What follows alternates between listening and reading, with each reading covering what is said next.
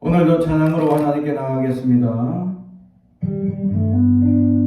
나의 한숨을 바꾸었네.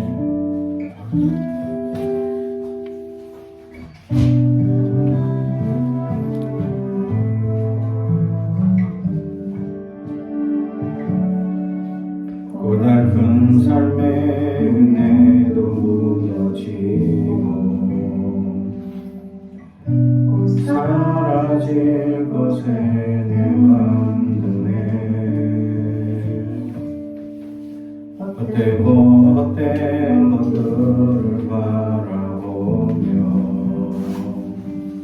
그 은혜를 놓치며 살았네. 주어진 삶을 묵묵히 살아가며 날 붙드신 주 예수를 보내 사랑 가운데 놓여진 나의 삶을 날 건지신 그 이름 예수. 나의 한숨을 바꾸셨네. 주를 향한 노래로 소망의 노래로 나의 안무를 거두신 주 예수 이름 안에 살게 하소서.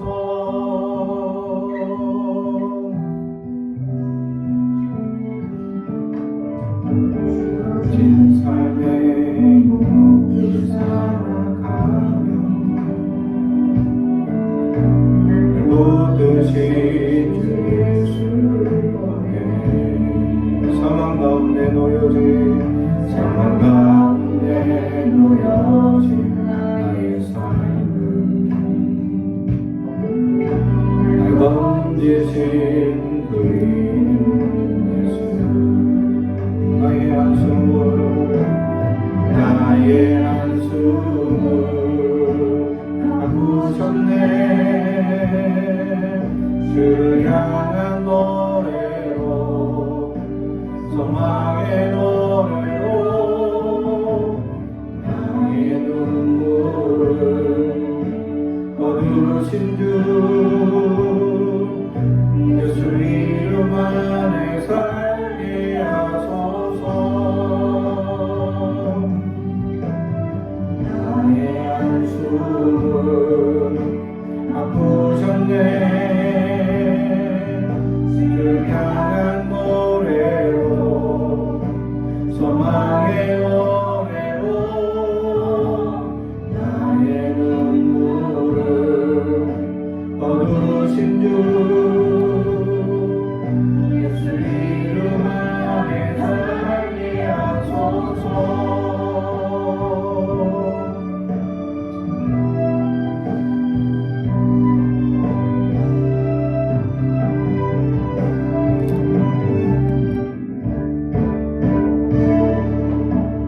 나의 한숨을 바꾸셨네.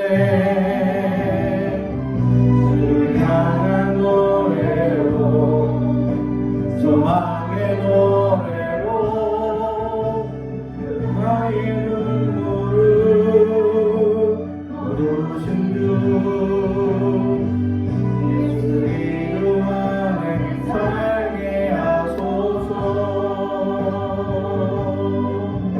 예수 이름 안에 살게 하소서.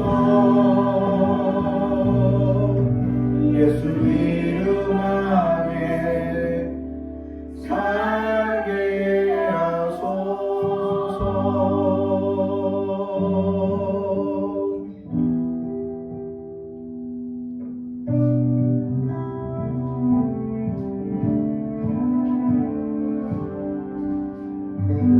아멘.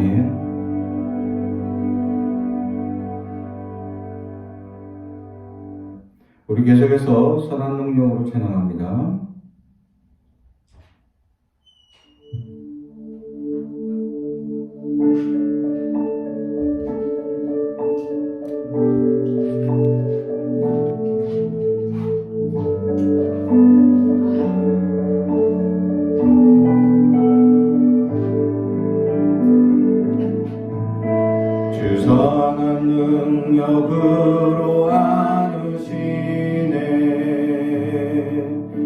그 크신 팔로 날 붙드시네.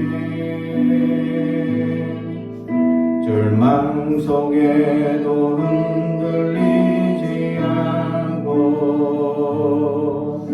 사랑하는 주 얼굴 구하리. 선한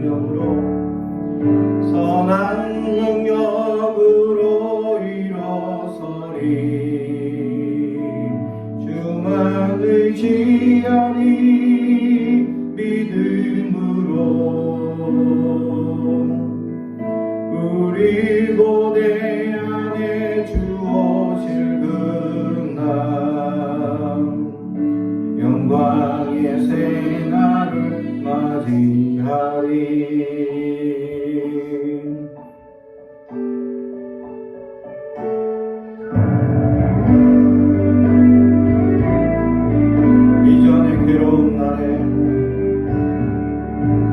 이전의 괴로운 날에 와사고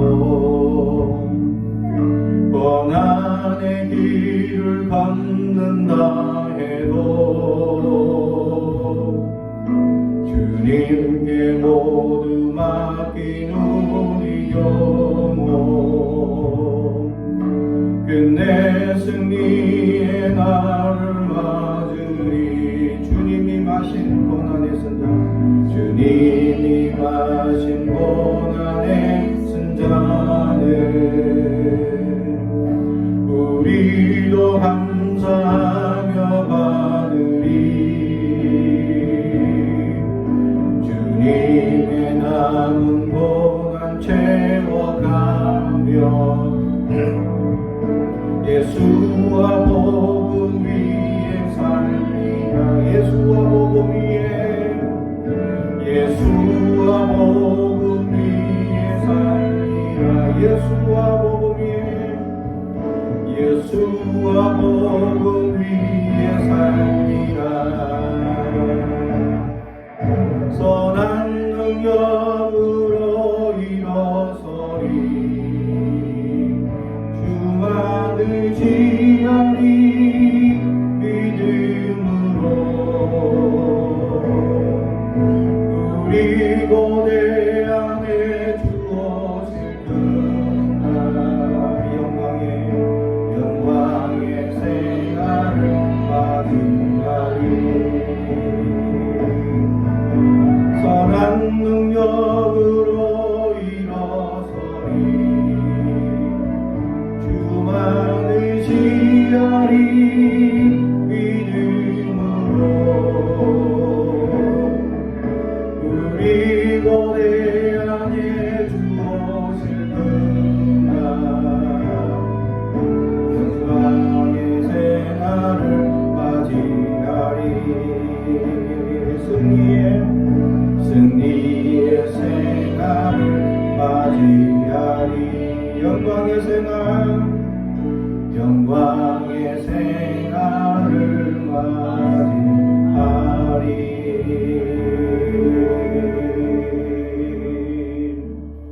아멘.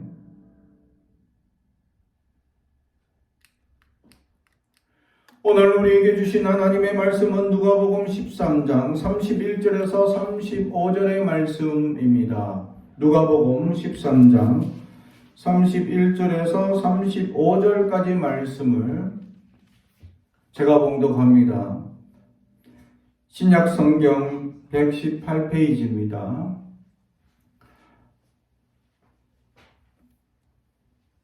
신약성경 118페이지 누가복음 13장 31절에서 35절의 말씀을 경청해 주시기 바랍니다. 곧 그때에 어떤 바리새인들이 나와서 이르되 나가서 여기를 떠나소서 헤롯이 당신을 죽이고자 하나이다. 이르시되 너희는 가서 저 여우에게 이르되 오늘과 내일은 내가 귀신을 쫓아내며 병을 고치다가 제3일에는 완전하여 지리라 하라.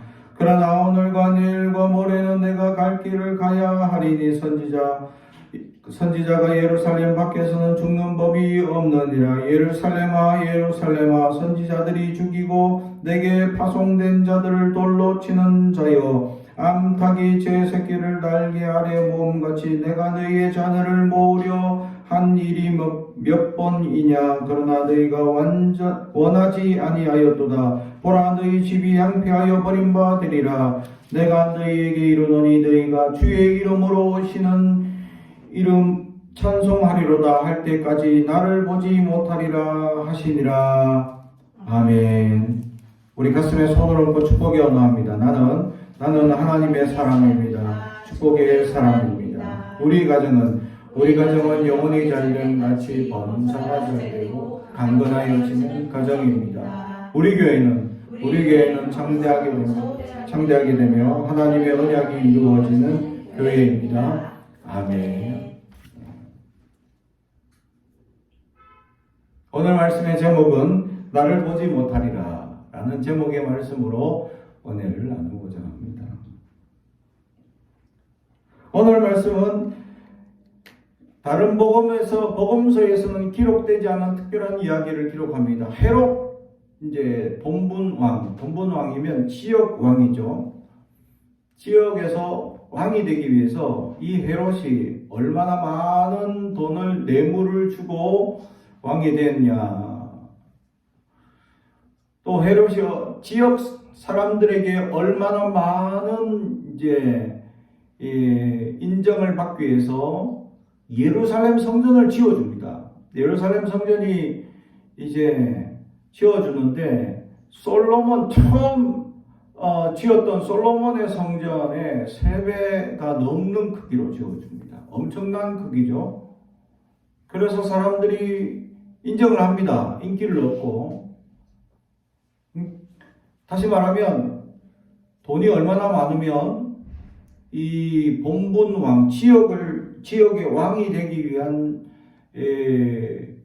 자격을 얻기 위해서 뇌물을 로마에 갖다 바쳐야 되고, 또 솔로몬 성전보다 더 큰 성전을 지어주는 어마어마한 재력을 가졌다라는 사실입니다. 사실 그 모든 이 재물은 결국 이스라엘 백성들이 다 세금으로 납부하게 되겠죠.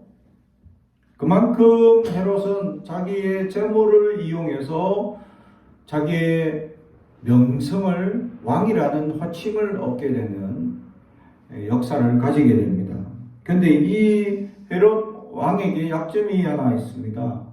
이게 동생의 부인을 취합니다.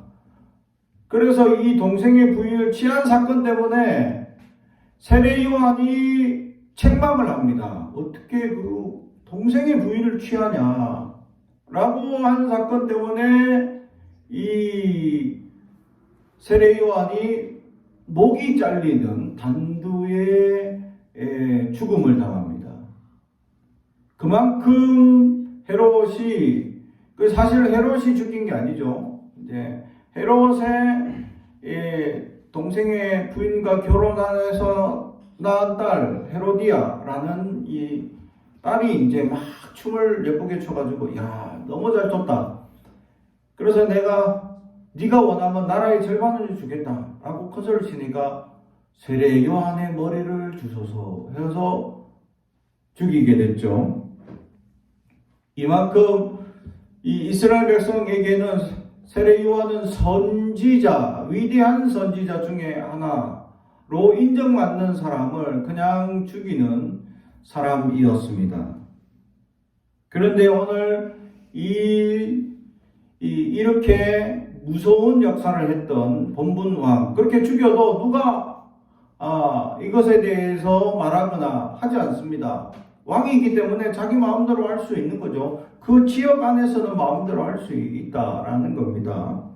그런데 오늘 말씀해 보니까 이 헤롯이 예수님을 죽이러 옵니다 라는 얘기를 듣습니다. 예수님께서 이 이야기를 듣고 하시는 말씀이 있습니다. 그게 바로 이 32절, 이르시되 너희는 가서 저 여우에게 이르되, 헤롯 왕에게 호칭하는 호칭이 있습니다. 여우라고 합니다. 이 중에도 혹시 여우가 이 여우라는 상징적인 동물이 갖는 의미가 뭡니까?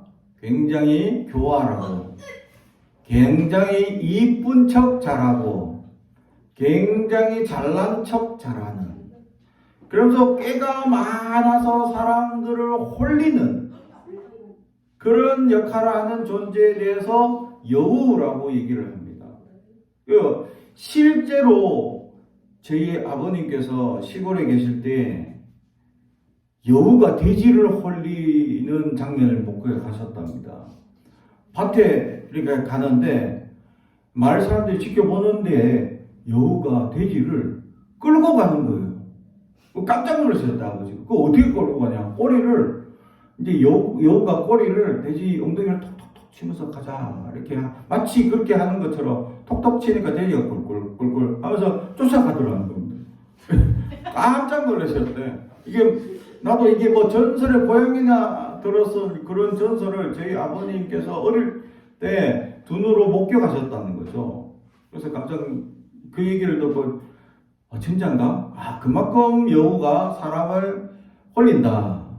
그죠? 깨가 많다. 잘난 척 한다.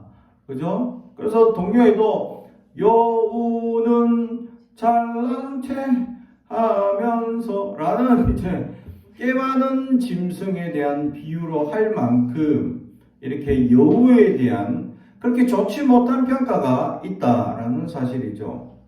근데 예수님께서는 헤롯 왕에게 대하여 여우라고 표현을 하고 있다라는 사실입니다. 그만큼 헤롯 왕이 교활하고 꾀가 많고 비열하고 굉장히 잘난 체 잘하고 자기만 욕심 부리는 자임을 나타내고 있다라는 거죠.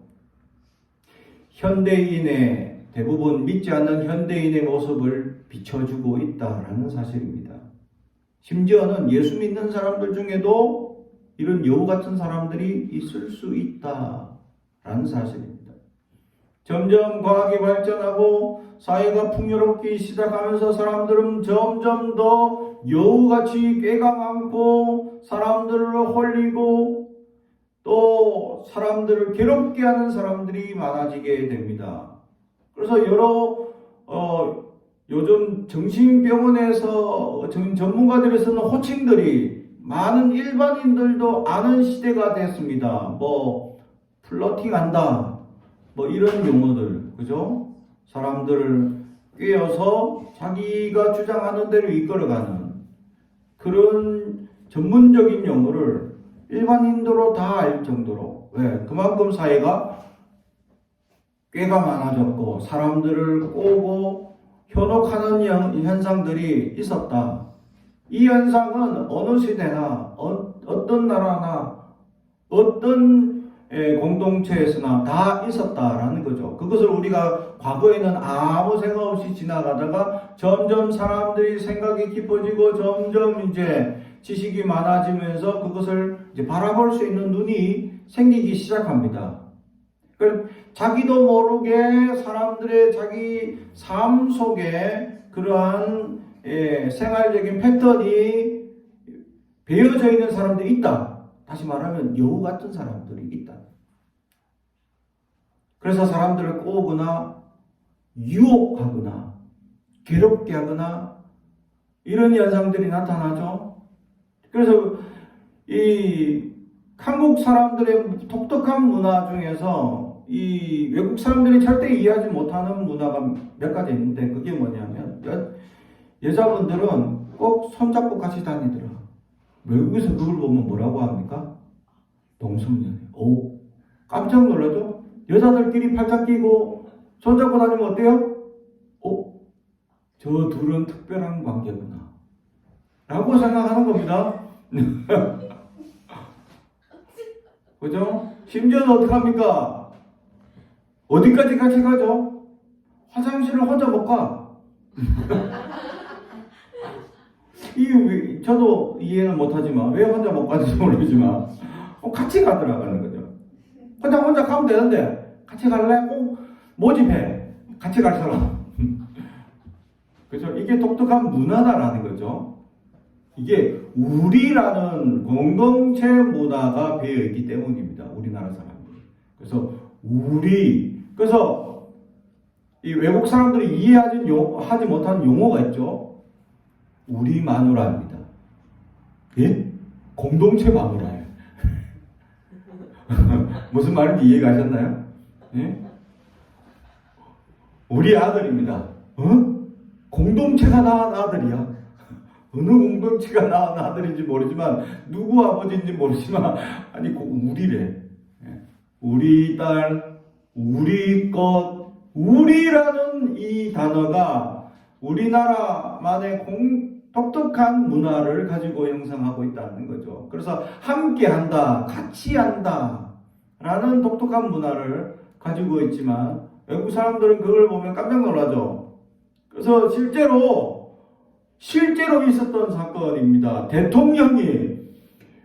외국 대통령이 왔는데 my wife라고 해야 되는데 we wife 라고 소개했답니다.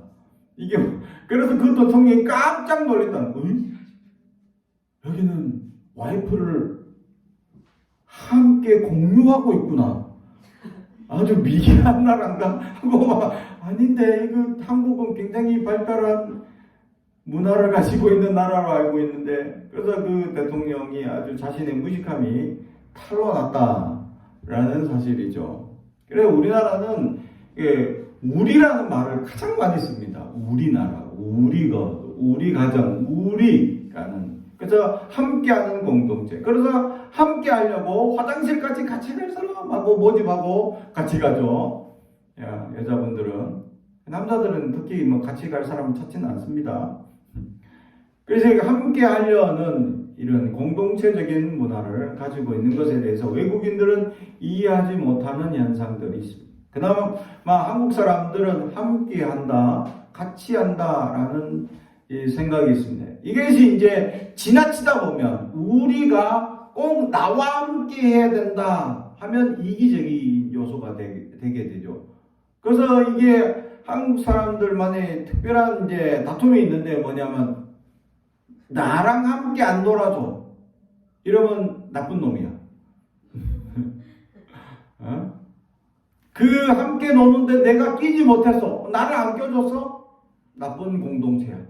그 공동체.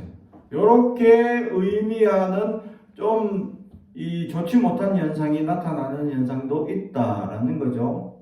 이게 우리라는 의식을 가져서 좋은 의미도 있지만 또 그게 지나친 이기적인 부분으로 발전할 수도 있다라는 현상을 보여주고 있는 것이죠.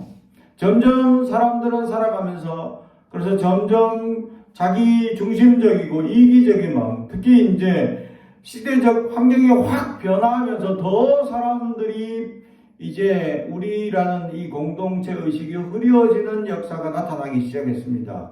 그게 무슨 사건입니까? 코로나19 사건이죠. 그로 인해서 각자 도생이라는, 각자 알아서 살아남아야 되는 시대가 되어버렸습니다.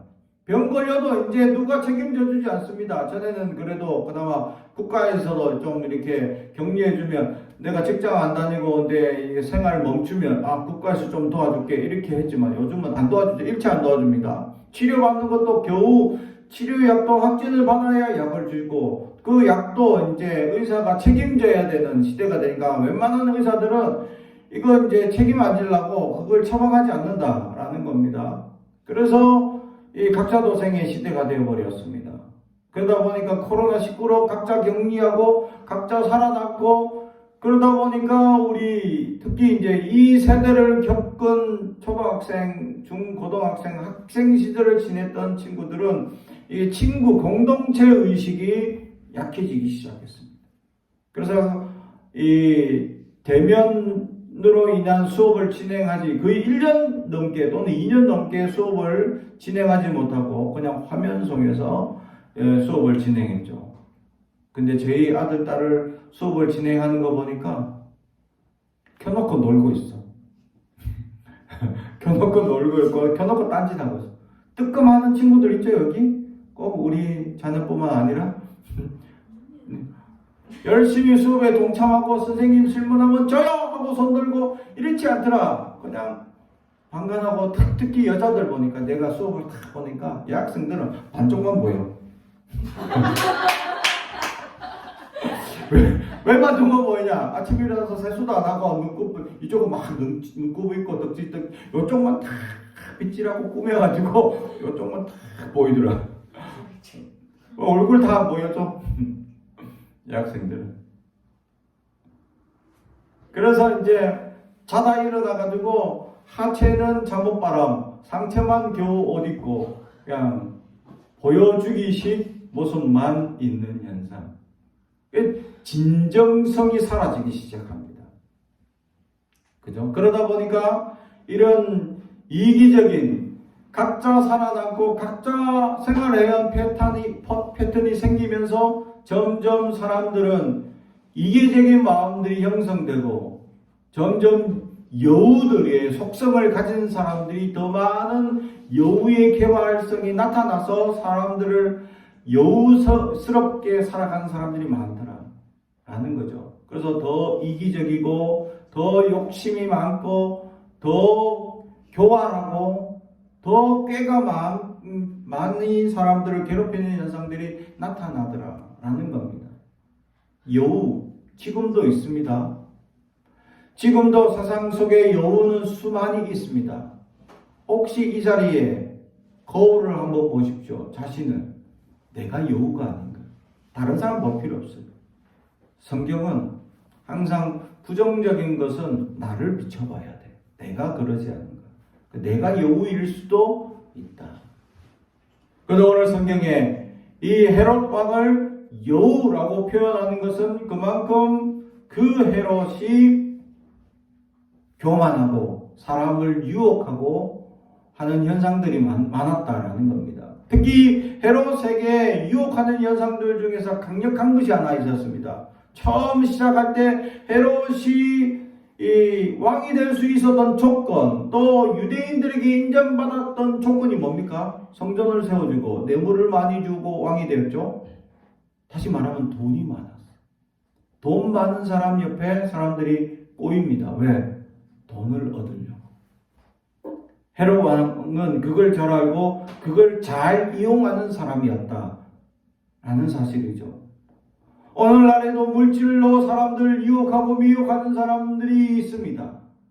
오늘날에도 돈을 벌 수 있다면 수단과 방법을 가리지 않는 사람들이 있더라라는 것이죠. 요즘 특별한 아르바이트를 모집합니다. 해서 가보니까 이게 굉장히 사람을 속이고 괴롭히고 그렇게 해서 자기는 그 중간 역할을 하는 건데 자기도 정확하게 모릅니다. 범죄임에도 가담하고 그렇게 하는 사람들이 있더라라는 사실. 돈만 준다면 그렇게 돈만 벌 수 있다면 그런 자리도 마다하지 않겠다라는 사람들이 나타나고 있더라라는 사실. 황금 만능주의를 표방하고 있는 모습입니다. 이처럼 헤롯 왕이 여우의 모습에서 가장 강력하게 보여주고 있는 물질의 유혹을 사람들에게 보여주고 있었다. 이 시대에도 많은 사람들이 그런 물질에 빠져서 물질을 벌 수 있다면 수단과 방법을 가리지 않는 연약한 세상에 빠져 있다라는 사실입니다. 그래서 가끔 이제 이 유튜브를 보니까 이런 질문을 합니다. 자기 아내에게 100억을 얻고 지금 남편이랑 사는 것과 이 가난하게 살면서 아주 잘생긴 그런 배우랑 사는 것 둘 중에 무엇을 선택할 것이냐 하니까 사람들이 선택하는 걸 보니까 다양하게 물질의 유혹에 빠져있는 모습들을 보게 된다라는 사실입니다. 우리도 흔히들 사람들이 이 물질에 빠져서 자기의 욕심과 자기의 이익만을 세우며 살아가는 세속주의에 빠져서 사람들은 그렇게 물질의 유혹에 넘어져 있는 수많은 사람들의 모습을 보게 된다 있다라는 사실입니다. 결혼할 때만 해도 이 많은 사람들은 서로의 사랑만 있으면 다 되는 줄 알았는데 결혼하고 나서 친구들을 만나보니 어느 남편은 잘났고 어느 남편은 연약한 모습을 보며 비교하게 되고 부끄럽게 여기는 모습을 통해서 점점 교우관계가 끊어지고 연약해지는 모습을 보게 됩니다. 물질주의의 폐단들이 나타나고 있다라는 사실이죠. 이처럼 여우처럼 교활하고 겉모습만 화려하게 꾸미려 하는 많은 여우들이 지금도 우리 주변에 널려있고 심지어 나도 그런 여우의 모습을 가지며 살아가고 있지는 아니합니다. 사랑하는 성도 여러분, 본분 왕을 향하여 오늘 예수님께서 여우라고 호칭하는 그들을 향하여 오늘 말씀의 제목처럼 그들은 나를 보지 못하리라 라고 말씀하고 있는 것입니다. 할렐루야. 사랑하는 성도 여러분, 주님을 보지 못합니다.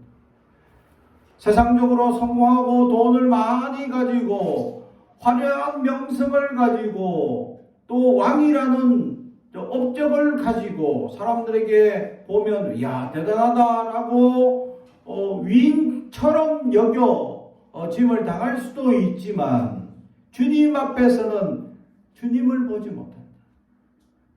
세상을 다 가져도 주님이 없다면 아무런 소용이 없습니다. 그러나 세상이 아무것도 없다도 주님만 있으면 모든 것을 가진 것입니다. 할렐루야. 왜냐하면 주님이 주시는 사랑, 주님이 주시는 평안, 이것은 말로 표현할 수 없는 감격과 감동으로 이 땅을 살아가게 됩니다. 이 세상은 끊임없이 우리를 괴롭히고 연약하게 만들어 갈 것입니다. 그 연약함 속에서 이길 수 있는 힘은 물질이 아니고 명예가 아닙니다. 주님의 사랑이라는 사실. 주님의 믿음으로 이 땅을 다시금 일어나서 나아갈 수 있다라는 것입니다. 세상 사람들이 아무리 우리를 사랑해 준다고 한들 사람의 사랑은 한계가 있기 마련입니다. 그래서 우리는 사랑을 통해서 실망하고 실족하는 일들이 너무 많습니다. 그래서 성경은 사람을 보지 말라고 얘기합니다. 주님을 보라. 할렐루야. 사람을 보면 실망할 거리밖에 없기 때문입니다. 왜냐하면 여우의 모습들이 다 각자 여우의 모습들이 있기 때문입니다.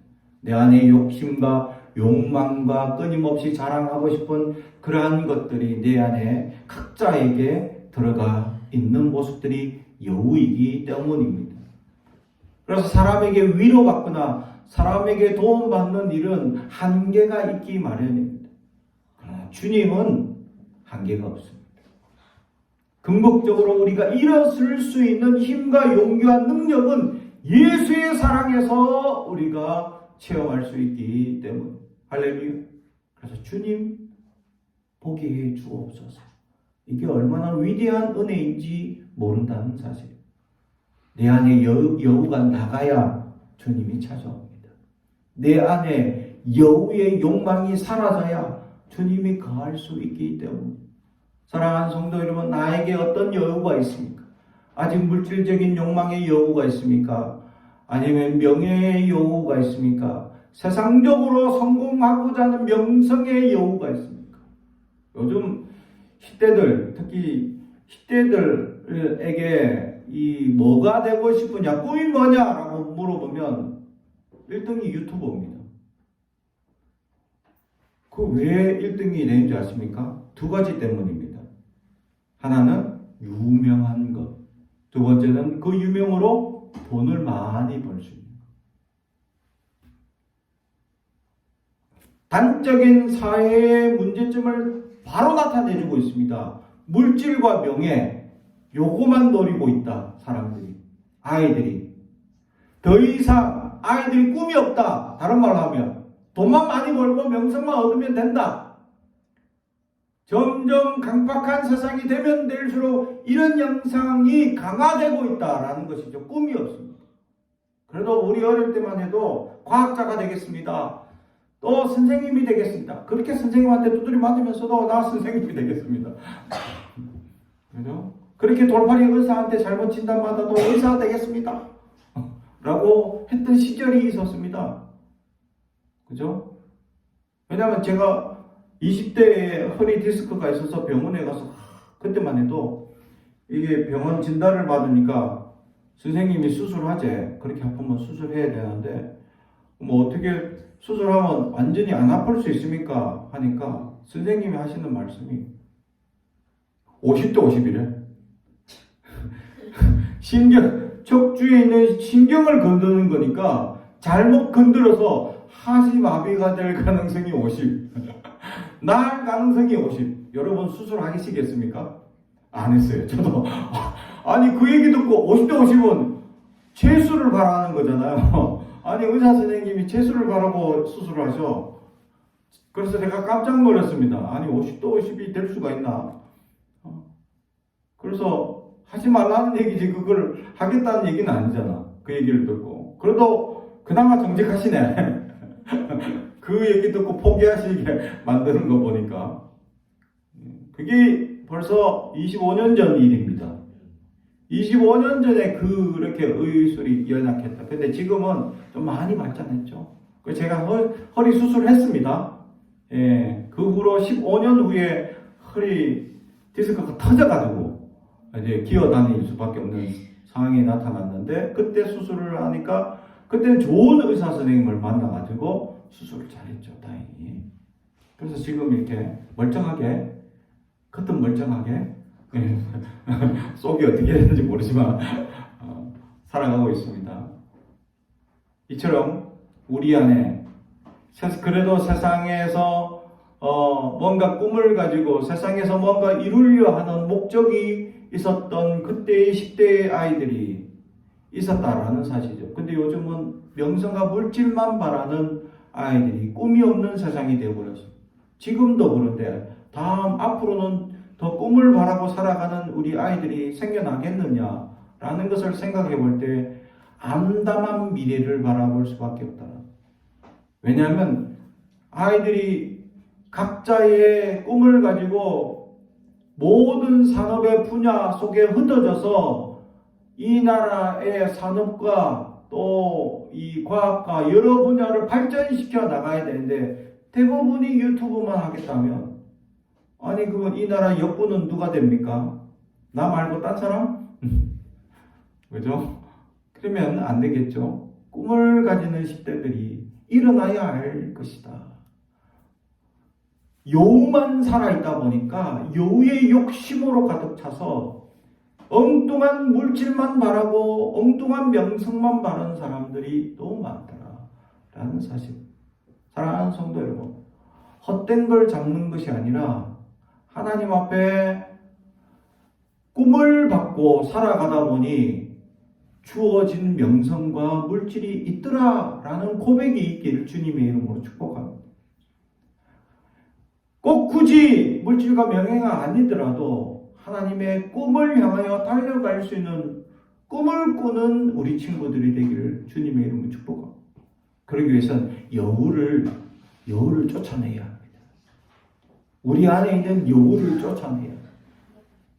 내 안에 있는 여우를 쫓아내야 합니다. 내 안에 물질만 바라고 명성만 바라는 어리석은 여우를 쫓아낼 수 있어야 하나님을 바라보고 하나님이 주시는 꿈과 비전으로 나갈 수 있는 위대한 하나님의 사람들이 될 수 있기 때문입니다. 그러기 위해서 오늘 주님께서 우리에게 얼마나 우리를 향한 사랑이 극증한가에 대해서 오늘 성경은 우리에게 보여주고 있는데 그것이 오늘 34장 34절 35절 예루살렘아 예루살렘아 선지자들을 죽이고 내게 파송된 자들을 돌로 치는 자여 암탉이 제사기를 날개 아래 모음같이 내가 너희의 자녀를 모으려 한 일이 몇 번이냐 그러나 너희가 원치 아니하였도다. 보라 너희 집이 황폐하여 버린 바 되리라. 내가 너희에게 이르노니 너희가 주의 이름으로 오시는 이를 찬송하리로다 할 때까지는 나를 보지 못하리라 하리라. 아멘. 그죠? 주님께서 선지자를 얼마나 많이 보냈느냐, 요것에 집중해 봐야 한다라는 거죠. 그만큼 하나님이 예루살렘을 사랑하셔서 선지자를 끊임없이 보냅니다. 근데 예루살렘은 어떻게 했냐? 결과적으로 다 죽였다는 거예요. 생각해 보십시오. 한 명 보냈는데, 야, 하나님의 사람을 보내서 요 가서 너희들이 회개하라 라고 선포해야 된다. 지금 잘못하면 나라가 망한다.